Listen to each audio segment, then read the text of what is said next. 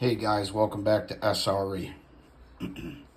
I'm doing this video to show you guys where I'm heading with the Taylor 35 porting. So like I said before, these are really good from the factory. And the stuff that we're doing is we're trying to change the application. It was made for bashing, and it's an incredible bash engine. Very powerful. But we need to move the RPM range, and we need to kind of tailor it more towards drag racing. So these are the things that I'm doing that you guys can take a look at.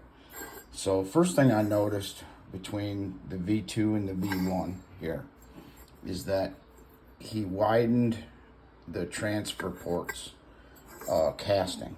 They actually changed the casting, the outside casting.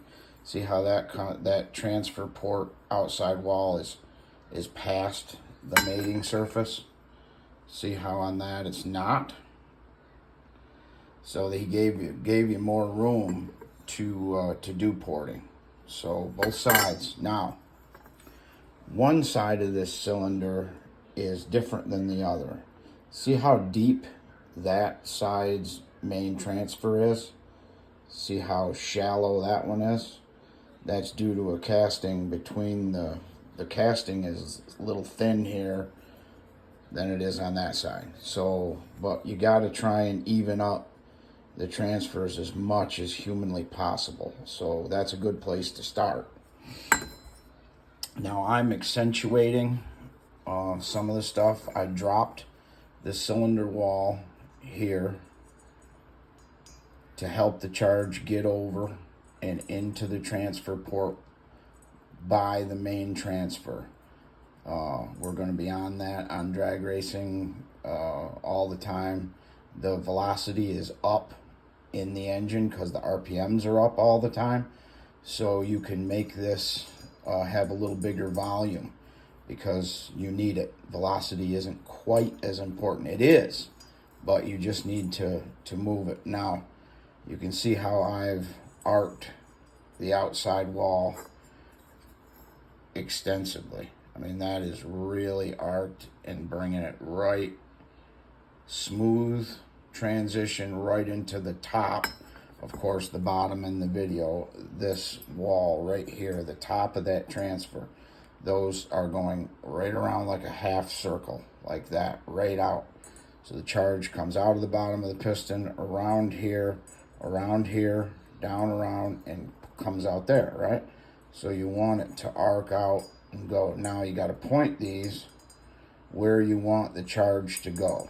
So there's room here to thin this divider up a little bit more to get a little more area of transfer.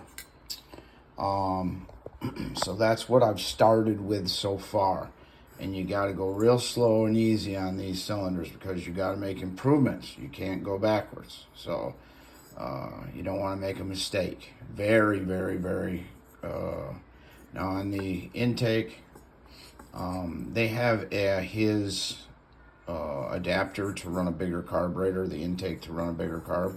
So I'm gonna match it all. That's what I'm doing, matching everything on the intake, and then I'll add the duration that I'm looking for on the piston skirt. I'm not going to do it on the cylinder. That way we can always have different pistons. We can swap in and out with different intake timings to try. Okay, that's as far as I've gotten. So we're really gonna push this thing to new heights, I hope. So I don't know, I'm sure the guys that work for Taylor have modded the hell out of these things. So